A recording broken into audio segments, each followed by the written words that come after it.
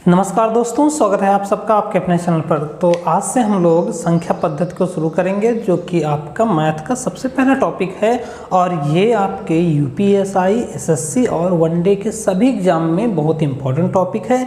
और ये अदर जितने भी चैप्टर मैथ के आने वाले होते हैं उसका ये बेस होता है। अगर इस चैप्टर को अच्छे समझ गए तो आगे के किसी भी टॉपिक में हमें कोई दिक्कत होने वाली नहीं होती है। तो चलिए शुरू करते हैं आज की क्लास और नाम डालते हैं संख्या पद्धति। एक चीज़ ध्यान रखना कि संख्या पद्धति या कोई भी टॉपिक जब हम लोग टॉपिक वाइज पढ़ेंगे तो इसमें हम बेसिक से हाई लेवल तक ले जाएंगे। आपको अगर अपने कंधों पर स्टार देखना है तो मैथ को बहुत ही ध्यान से पढ़ना पड़ेगा, ठीक है। यहाँ पर हम ये नहीं करेंगे कि एकदम बस बहुत ही इंपॉर्टेंट क्वेश्चन करते चले गए। तो हम क्या करेंगे, सबसे पहले बेस बनाएंगे, उस पर रिलेटेड क्वेश्चन करेंगे। आपको एकदम ऑफलाइन वाली, जैसे कि यहाँ पर क्लास में बैठ के पढ़ते थे वैसे ही पढ़ाने वाली फीलिंग आएगी, ठीक है। हमें भी और आपको पढ़ने में भी फीलिंग आएगी। तो उसी टॉपिक पर शुरू करते हैं, संख्या पद्धति, ठीक है। तो ध्यान से पढ़िएगा, बताइएगा कि पहला टॉपिक क्या है, संख्या पद्धति। अगर आपसे पूछा जाए भाई संख्या क्या है, क्या आपसे पूछा गया what is number, what is number, ठीक है। तो आप क्या कहोगे कि अंकों से मिलकर जो बनता है वह संख्या है। क्या बोलोगे, अंकों से जो मिलकर बनता है वह संख्या है। तो अगर आपसे कोई पूछे बताइए जरा अंक क्या है, अंक, तो देखो अंक को आप इंग्लिश में क्या बोलते हो, डिजिट। क्या बोलते हो, डिजिट, है ना। यानी एक एक नंबर जो लिखे जाते हैं वो अपने आप में एक अंक होता है। जैसे अंक में बात करें, 0 एक अपने आप में अंक है, 1 है, 2 है, 3 है, 4 है, 5, 6, 7, 8, 9, ये सब के सब क्या हो गए, अंक हो गए, ठीक है। ये सब के सब क्या हैं, अंक हैं। और अंकों से मिलकर जो बनता है वो संख्या हो जाती है। तो अब अगर आपसे कहा जाए कि बताइए ये क्या है, तो आपने देखा कि इसमें 3 नंबर हैं, 3 अंक हैं, तो ये क्या हो गया, ये एक संख्या हो गई। ये क्या हो गई, एक संख्या। अगर आपसे कोई पूछे 7 क्या है तो बोलोगे ये एक अंक है। ये क्या है, अंक। तो अंक अपने आप में एक संख्या है, लेकिन संख्या 100% अंकों से ही मिलकर बनती है ना। तो संख्या की जो बेसिक यूनिट होती है, संख्या की जो बेसिक यूनिट होती है वह अंक कहलाती है, ठीक है। तो आई होप आप अंक और संख्या समझ गए होंगे। आगे बढ़ते हैं, हम लोग आगे बढ़ें तो संख्या पद्धति में जो हमें पद्धतियां पढ़नी हैं उनमें देखो संख्या पद्धति में कितनी पद्धति हैं। जैसे पहला है दशमलव पद्धति। कौन सा, दशमलव पद्धति, यानी डेसिमल सिस्टम, डेसिमल सिस्टम। दूसरा है आपका रोमन नंबर, रोमन सिस्टम, ठीक है। फिर है बाइनरी, कौन सा, बाइनरी सिस्टम, ठीक है। तो हमें, और फिर ऑक्टानल, हेक्सानल, पेंटानल, ये सब भी हैं, ठीक है। तो रोमन में आपने देखा होगा। अच्छा, अगर कोई पूछे सबसे पहले जब संख्याओं की शुरुआत की गई थी तो कौन सी संख्याएं थी, तो आप बोलोगे कि जब सबसे पहले हमने शुरुआत की थी तो रोमन नंबर सिस्टम हुआ था, जिसके सिंबल ये होते 1, 2, 3, है ना। ये 4, 5, देखो ये 5 का है, ये 10 का है ना। L, C, D, M, ये सब उसके सिंबल बनते हैं। बाइनरी में कौन कौन नंबर होते हैं, 0 और 1। ऑक्टानल में 8 होते हैं, A, B, C, D, E और 1, 2, 3। डेसिमल नंबर सिस्टम में ही पूरी मैथ हम लोग लगाते हैं। इसके अंक कौन कौन है, 0, 1, 2, 3, 4, 5, 6, 7, 8, 9। ये आपके डेसिमल नंबर सिस्टम है और इसी को हम लोग पढ़ते हैं। इस पर बात करेंगे आगे के टॉपिक पर। अभी हम लोग दशमलव नंबर सिस्टम पर आते हैं, ठीक है। तो अब यहाँ पर बात डालते हैं कौन सी, दशमलव नंबर्स की।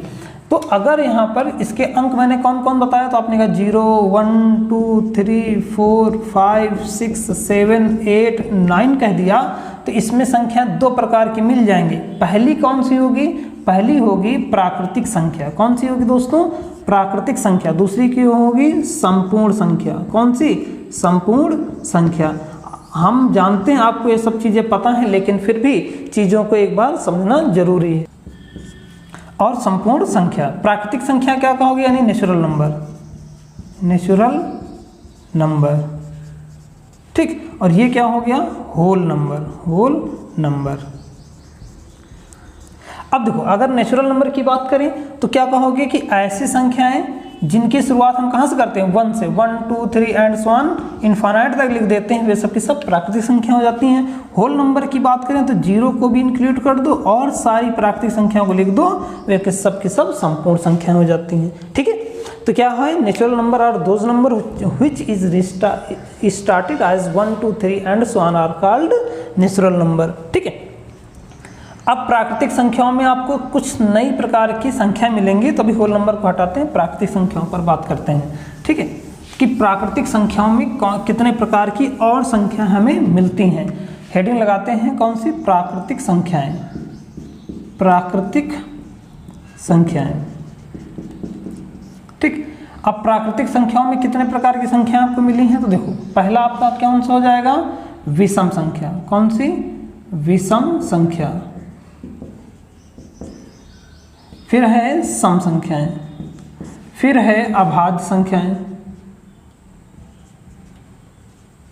फिर है भाज्य संख्याएं, फिर है सहअभाज्य, फिर है द्विक अभाज्य, कौन सा, द्विक अभाज्य, फिर है पूर्ण संख्या, कौन से, पूर्ण संख्या, ठीक है। अब अगर आपसे कहें कि भाई विषम संख्या क्या है, संख्या क्या कहोगे, कि ऐसी संख्याएं, विषम संख्याओं की जब बात करेंगे तो क्या बोलोगे कि ऐसी संख्याएं, यानी इसको बोलते हैं ऑड नंबर, ठीक है। ये हो गया इवन नंबर, ये हो गया प्राइम नंबर, और ये हो गया कंपोजिट नंबर, और ये हो गया को प्राइम नंबर, ये है ट्विन प्राइम नंबर, ये है परफेक्ट नंबर, परफेक्ट नंबर, ठीक है। ऑड नंबर क्या कहोगे, 2 से भाग देने पर शेष 1 बचे, 2 से भाग देने पर शेष 1 बचे, वे सब के सब क्या हो जाते हैं, विषम संख्याएं हो जाती हैं, ठीक है। ये सब के सब विषम संख्याएं हैं। और भी लिख सकते हो, इसमें क्या, 2 से भाग दो तो क्या मिल जाए, शेष कुछ ना बचे, वे सब की सब क्या हो जाती हैं, सम संख्याएं। प्राइम नंबर की बात करें तो क्या बोलोगे, सिर्फ 2 जोड़े हों, ऐसी संख्या जिसके सिर्फ 2 गुणनखंड हों, क्या हो, 2 गुणनखंड हों और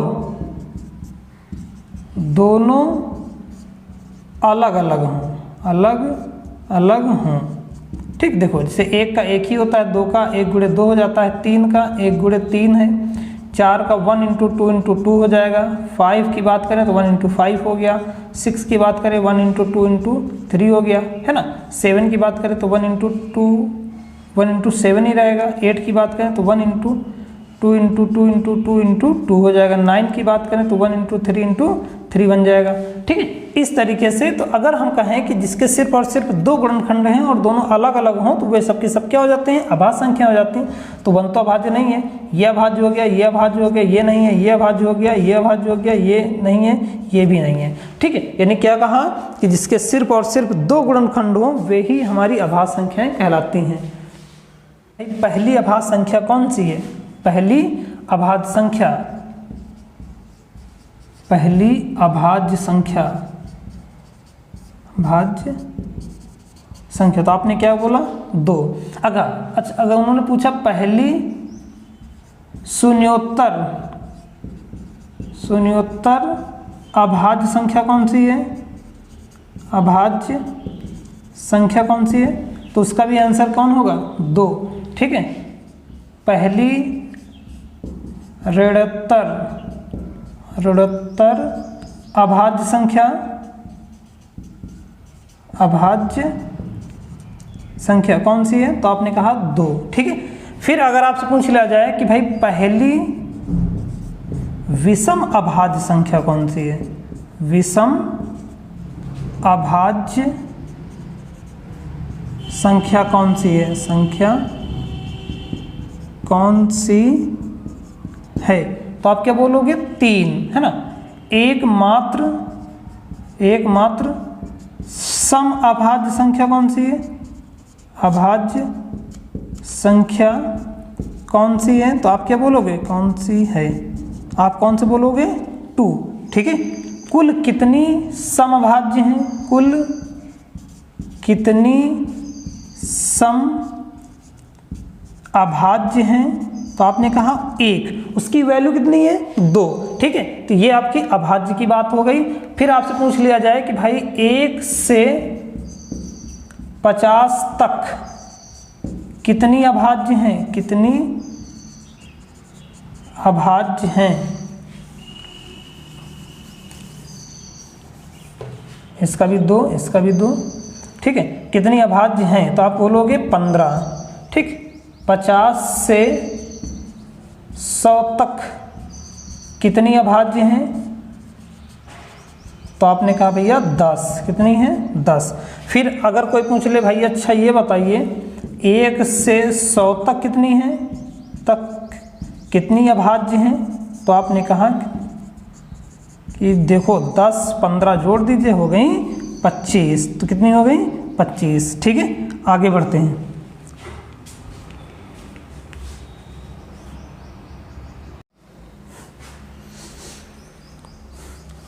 यहां तक आप समझ गए? आई होप यहां तक आप समझ गए हैं। तो आगे बढ़ते हैं, ठीक। ये सारे क्वेश्चन आपसे पूछे गए हैं। अब अगर आपसे कोई पूछे भाई कंपोजिट नंबर क्या है, यानी भाज्य संख्या क्या है, तो आप क्या कहोगे?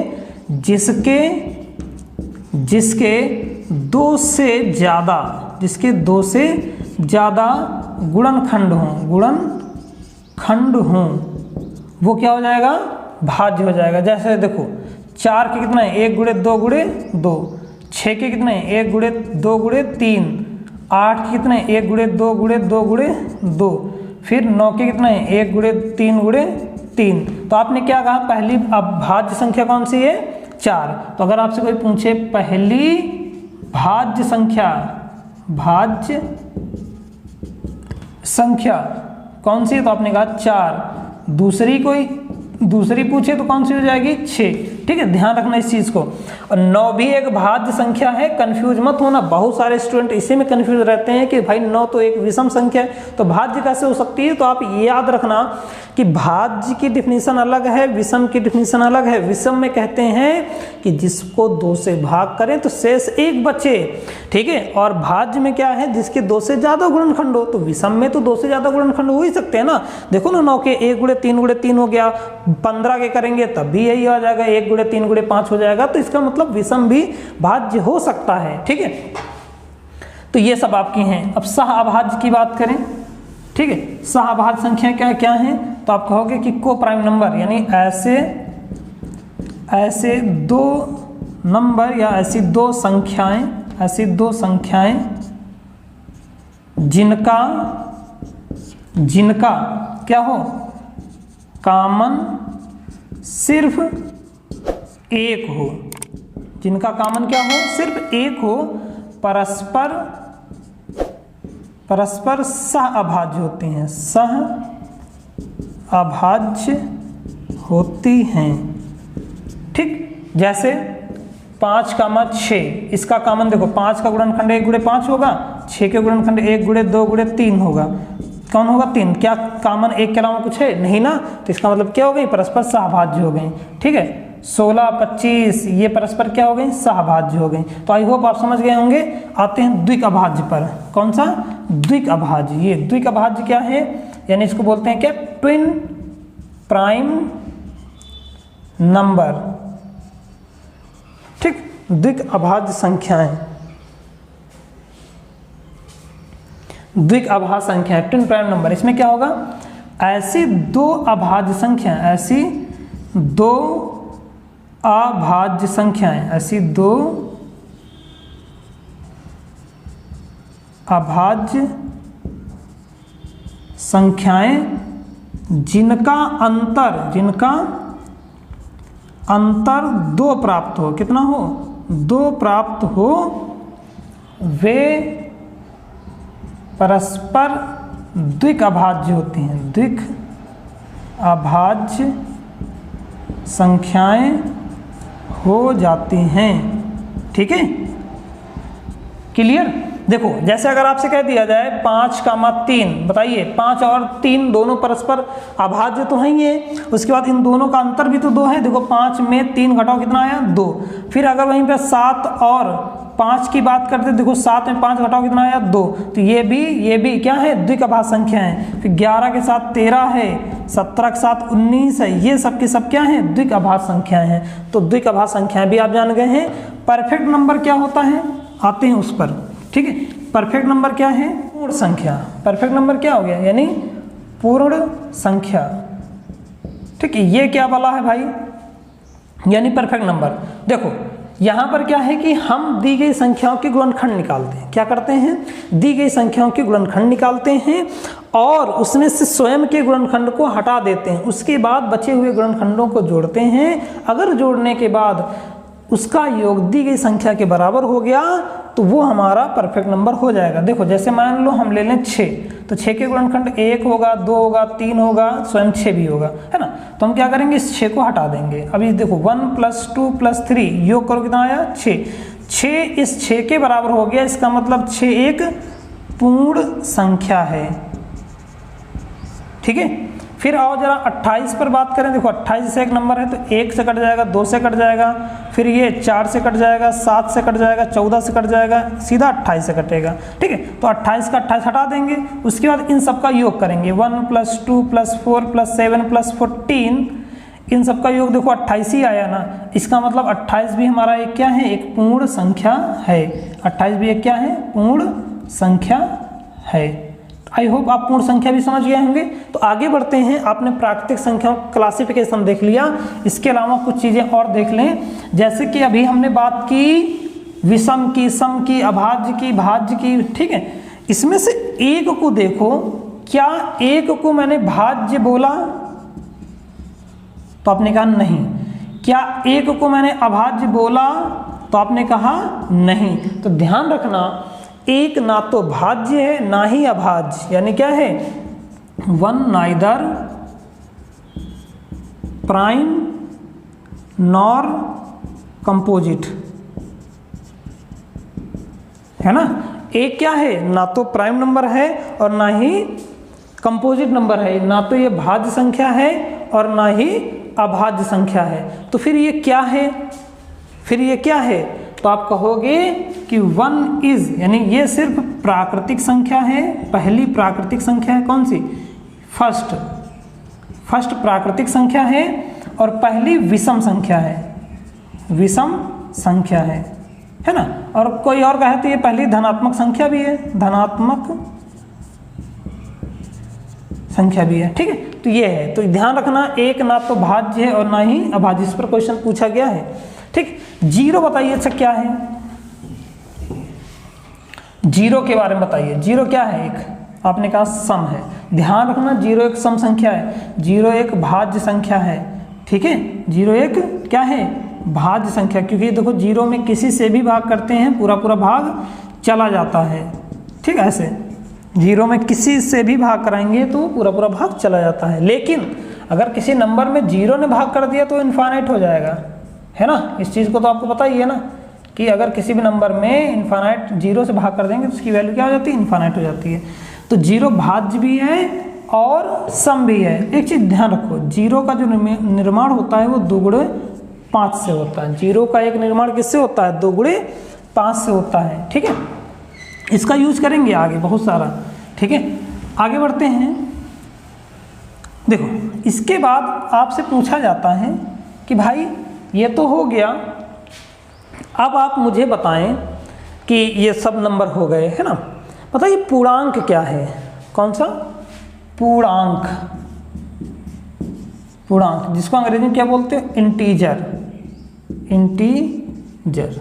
ठीक है, बताइए जरा पूर्णांक क्या है। तो आप क्या कहोगे, भाई पूर्णांक क्या है। पूर्णांक की बात करें तो आप सीधा सीधा क्या कहोगे कि देखो पूर्ण अंक, यहाँ पर क्या है, पूर्ण अंक। तो बोलोगे कि संख्या रेखा पर प्रदर्शित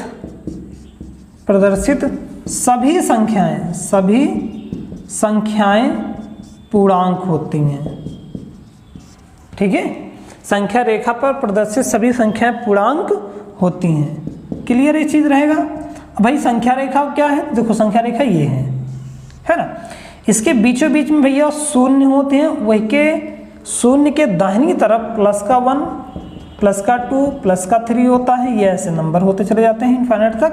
और शून्य के बाईं तरफ माइनस यानी ऋणात्मक संख्या रहती हैं, इन सबको हम बोलते हैं। ठीक है, तो पूर्णांक को 3 तरीके से बांट सकते हैं। देखो ये क्या है, ये है ऋणात्मक पूर्णांक। कैसा है, ऋणात्मक पूर्णांक है ना, यानी नेगेटिव इंटीजर। इसको आई नेगेटिव से दिखाते हैं या कभी कभी जेड नेगेटिव से भी दिखा देते हैं। इधर ये है धनात्मक पूर्णांक। कौन सा, धनात्मक पूर्णांक। अच्छा, इसमें क्या है, इसको आई प्लस से दिखाते हैं। और ये क्या है, इसको बोलोगे शून्य पूर्णांक। शून्य पूर्णांक या उदासीन भी बोलते हैं कुछ लोग, उदासीन पूर्णांक यानी न्यूट्रल इंटीजर। ठीक है, ये किससे दिखाते हैं, आई 0 से, ये होता है आई प्लस से। तो यहाँ पर क्या होगा, +1 टू इनफाइनाइट, -1 टू माइनस का इनफाइनाइट। ठीक है, तो ये आपके पूर्णांक हो गए। अब आगे बढ़ते हैं। आई होप आपको इसमें समझ में आ रहा होगा, कोई ऐसी चीज़ नहीं है जो आपको ज़्यादा दिक्कत करने वाली है। सिर्फ इन बेसिक चीज़ों को हमें पहले समझना है कि आखिर ये सब होते क्या हैं। ठीक है, अब इसके आगे बढ़ते हैं और आप बताइए कि जरा परिमेय संख्याएं क्या होती हैं। देखो यहाँ पर 1-2 चीज़ें और आ जाती हैं। कौन कौन सी, परिमेय और अपरिमेय संख्याएं। ठीक है, और ये कौन सी हैं, ये हैं परिमेय संख्याएं। बताइए जरा, इसको बोलते हैं रेशनल नंबर। क्या बोलते हैं, रेशनल नंबर। ये क्या है, इरेशनल नंबर। ठीक है, परिमेय संख्याएं। देखो अब यहां पर इसको क्या समझोगे कि परिमेय संख्या क्या है, तो बोलोगे कि ऐसी संख्या, क्या, ऐसी संख्या जिसे P/Q के रूप में लिख सकें। ठीक है, यानी ऐसी संख्या जिसे P/Q के रूप में लिख सकें, वे सब की सब परिमेय संख्याएं होती हैं।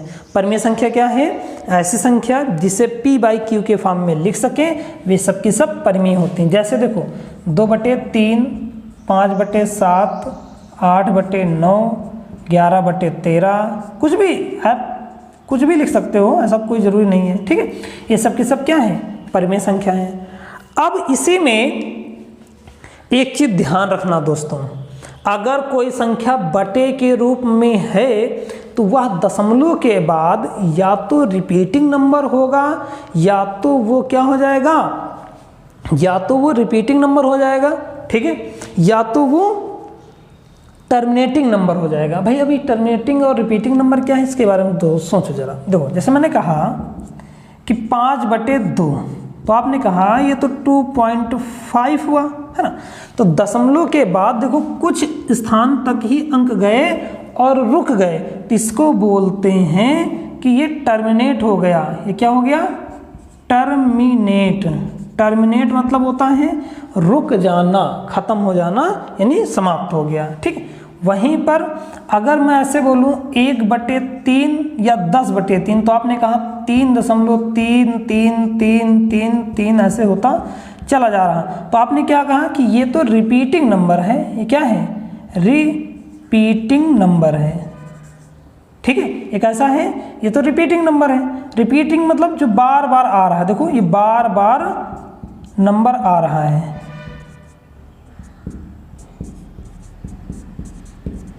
ठीक है, 10/3 3.3333 होता चला जा रहा है, यानी बार बार आ रहा है।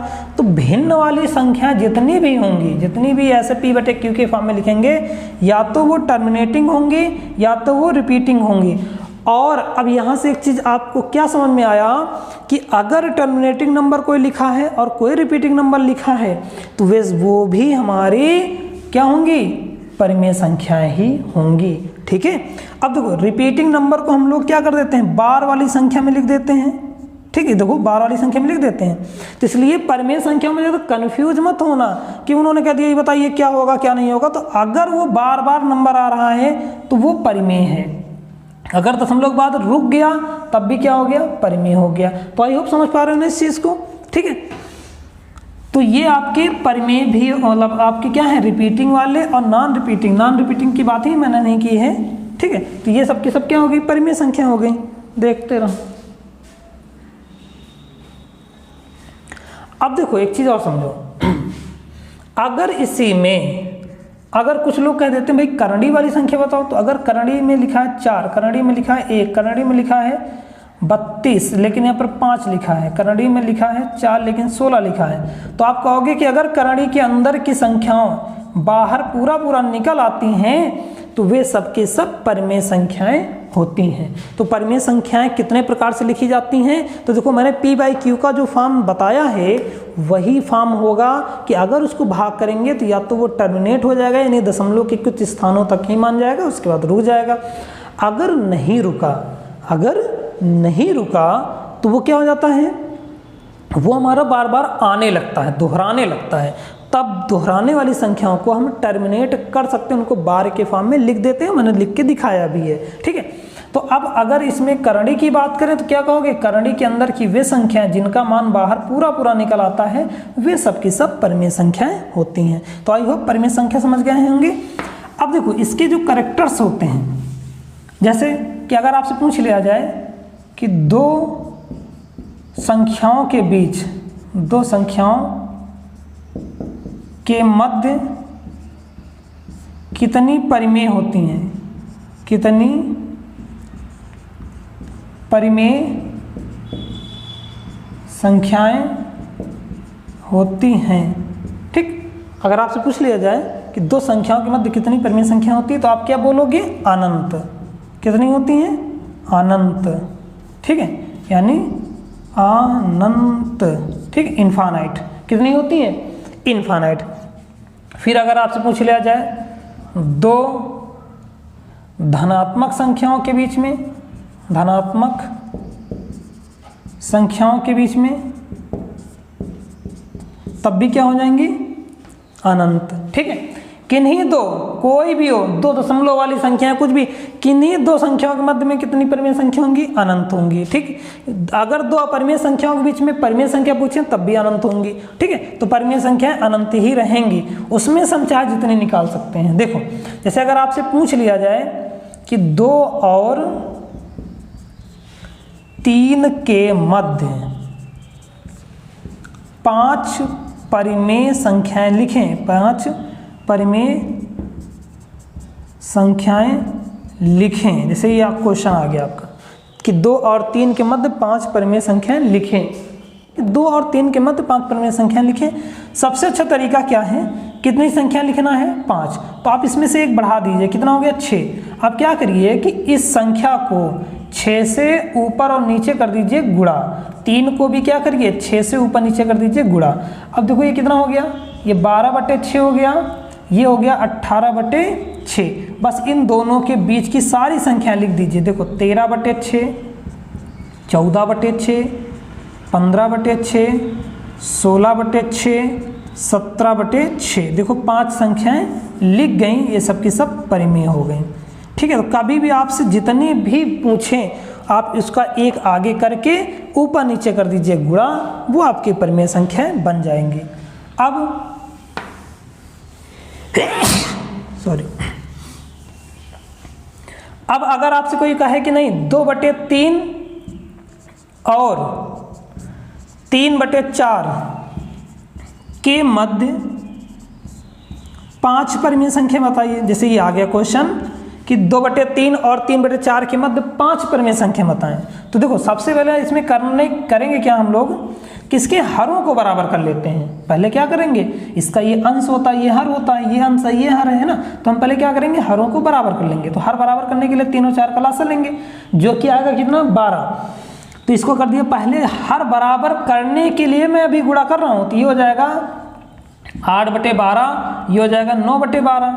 अब उन्होंने कितना पूछा, 5, तो 5 के आगे कौन सा, और 9/12, 5 के आगे कितना नंबर होगा, 6, 6 से क्या करेंगे इसको गुणा, यानी अंश और हर दोनों में गुणा करना। दोस्तों ध्यान रखना इस चीज़ को, 9 × 6/12 × 6, तो हो गया कितना, 8 × 48/72, और ये हो गया 54/72। अब लिख दीजिए, आपको इन दोनों के बीच में लिखना है 48 नहीं, 49, 50, 51, 52, 53, 54, बस 53 तक ही सही रखिए। 72, ठीक है, 53 है, 72/72 तो रहेगा ही। ये देखो 5 संख्या लिख गई, ठीक है। तो आई होप परिमेय संख्या निकाल लोगे, ठीक है। अभी आगे इसके टॉपिक पर और अच्छे से बात करेंगे, ठीक है। अब बताइए, इन सब के अलावा जितना भी छूट गया वे सब के सब क्या हो जाएंगे, तो आप कहोगे वे सब के सब अपरिमेय हो जाएंगे, अपरिमेय संख्याएं हो जाएंगी, अपरिमेय संख्याएं। देखो जैसे अपरिमेय संख्याओं में पहले ध्यान रखना, पाई एक अपरिमेय संख्या है, बहुत इंपॉर्टेंट है ये। अपरिमेय संख्या में पाई क्या है, एक अपरिमेय संख्या है। कुछ लोग पाई ऐसे बनाते हैं ना, ये पाई एक अपरिमेय संख्या है, ठीक है। अब रूट के अंदर ऐसे मान जिनका वर्गमूल पूरा नहीं निकलता, वे सब के सब क्या हो जाती हैं, अपरिमेय हो जाती हैं।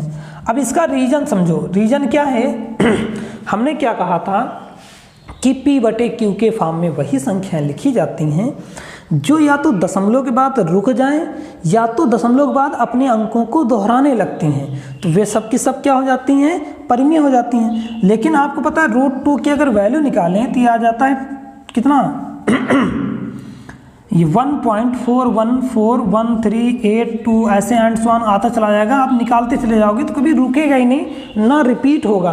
तो ऐसी सम संख्याएं क्या हो जाती हैं, अपरिमेय हो जाती हैं, ठीक है। कुछ लोग पाई के मान को कहते हैं कि 22/7 जो होता है, तो देखो ध्यान से समझना, पाई का मान 22/7 नहीं होता है, ये इसका सन्निकट मान है। सन्निकट मतलब समझ रहे हो ना, लगभग पास वाला मान है, इसलिए हम 100% नहीं कहेंगे कि पाई का असली मान ये होता है। पाई की डिफिनीशन है कि परिधि को, किसको, परिधि को अगर हम व्यास से भाग दें तो जो आता है वह पाई होता है। तो 22/7 एक क्या है, परिमेय है। 7 क्या है, एक परिमेय है, जबकि पाई अपने आप में एक अपरिमेय है। तो ध्यान रखना इस चीज को, अपरिमेय है, ओके। फिर कुछ लोग इसका ये मान बताते 3.14 है ना, 14। तो ये भी देखो इसका क्या है, पाई का सन्निकट मान है, सन्निकट मान है, ठीक है। क्योंकि आपको पता है या नहीं पता हमें नहीं जानते। अब देखो अगर हम इसका मान निकालें, 1/7 का, तो कितना आता है, तो आपने कहा भाई 1 को 7 से भाग करना है, तो 0 आ गया। फिर 7 × 7 बचेगा 3, 7 × 4 28, बचेगा 2, 7 दूनी 14, फिर बचेगा कितना 8, फिर 5 7। देखो ऐसे आ गया, यानी 1/7 को भाग करेंगे यही आएगा। फिर से देखो दोहराने लगेगा, 4 2 8 5 7, ठीक है। फिर 1 4 2 8 5 7। तो आपने एक चीज देखा, ये देखो इतने नंबर हर बार क्या हो रहे हैं, रिपीट होने लग रहे हैं। इसका मतलब 22/7 जो है वो कितना आएगा, आपने कहा भाई 3 उसके बाद 1 4 2 8 5 7, 1 4 2 8 5 7, 1 4 2 8 5 7। तो आप क्या कह सकते हो कि ये नॉन रिपीटिंग नंबर है? नहीं, क्योंकि देखो ये नंबर रिपीट करने लगे, ये देखो ये नंबर क्या होने लगे, रिपीट होने लगे, इसलिए 22/7 एक क्या हो गई, परिमेय संख्या हो गई, ठीक है। पाई अपने आप में एक अपरिमेय संख्या, ध्यान रखना, it is a irrational number. ये परिमेय अपरिमेय समझ गए। आई होप आपको ये सेशन अच्छा लग रहा होगा। बोरियत महसूस हो रही तो थोड़ा सा रिलैक्स हो के पढ़िएगा, कोई जल्दबाजी नहीं है, ठीक है। अब हम लोग संख्या पद्धति में आगे बढ़ते हैं। अगर आपसे पूछा जाए भाई कि किसी वस्तु का जातीय मान क्या होता है, जातीय मान और स्थानीय मान, स्थानीय मान, ठीक है, बताइए। इसको बोलते हैं फेस वैल्यू और ये हमारी है प्लेस वैल्यू, है ना, फेस वैल्यू और प्लेस वैल्यू। देखो जैसे अभी दोस्तों आप सब कर रहे हो तैयारी, तो अभी आपकी जो फेस वैल्यू है वो तो वही है ना, आपकी अभी प्लेस वैल्यू नहीं बढ़ी है, यानी अभी आपका जो वैल्यू है, अभी आपको जो घर वाले, दोस्त, नाते, रिश्तेदार, जो भी आसपास के लोग हैं, वो सिर्फ आपको स्टूडेंट की नज़र से ही देख रहे हैं, उसके ऊपर आपको कोई भी इज्जत मिलने वाली नहीं है तब तक जब तक कि आपके कंधों पर सितारे नहीं हो जाएंगे, है ना। तो अभी आप क्या हैं, सिर्फ आपका जातीय मान बहुत ही कम है, यानी स्थानीय मान में कोई भी वैरायटी नहीं हुई, ठीक है। तो प्लेस वैल्यू की अगर बात करें तो क्या बोलोगे, जैसे कोई नंबर ऐसा लिखा हुआ है, ऐसे मैं कहूँ बताइए 4 का जातीय मान क्या है, तो 4 अपने आप में क्या है, 4 है। तो जिस नंबर का जातीय मान पूछेंगे वो नंबर ही अपने आप में एक क्या होगा, उसका जातीय मान होगा, उसका चेहरा वैल्यू होगा। जैसे भाई सुनील कुमार कोई है तो सुनील अपने आप में सुनील रहेंगे, वो चाहे एसडीएम बन जाए, चाहे डीएम बन जाए, चाहे एसआई बन जाए, चाहे कांस्टेबल बन जाए, चाहे एसएससी जीडी में चले जाएं, वे रहेंगे सुनील कुमार ही, ठीक है। तो क्या होता है कि जिस व्यक्ति की पहचान जो रहती है वो कभी नहीं बदलती है, सिर्फ उसकी स्थिति बदलती है, उसकी सत्ता बदलती है, उसकी पोजीशन बदलती है, और पोजीशन जब भी बदलने की बात करेंगे उसका क्या हो जाता है, स्थानीय मान हो जाता है। देखो जैसे यही नंबर था, अब मैं इसमें पूछूं कि भाई 4 का स्थानीय मान क्या है, तो आपने कहा भाई ये तो कोई इकाई का अंक है, ये दहाई का है, ये सैकड़े का है। तो जो 4 है वो अपने 400वें स्थान पर बैठा हुआ है। देखो इसकी स्थिति क्या बदल गई, अब वो 400वें स्थान पर आ गया, तो इसका जातीय मान, स्थानीय मान क्या हो गया, 400 हो गया, ठीक है। तो अगर आपसे कोई पूछे तो जातीय मान और स्थानीय मान समझ गए आई थिंक।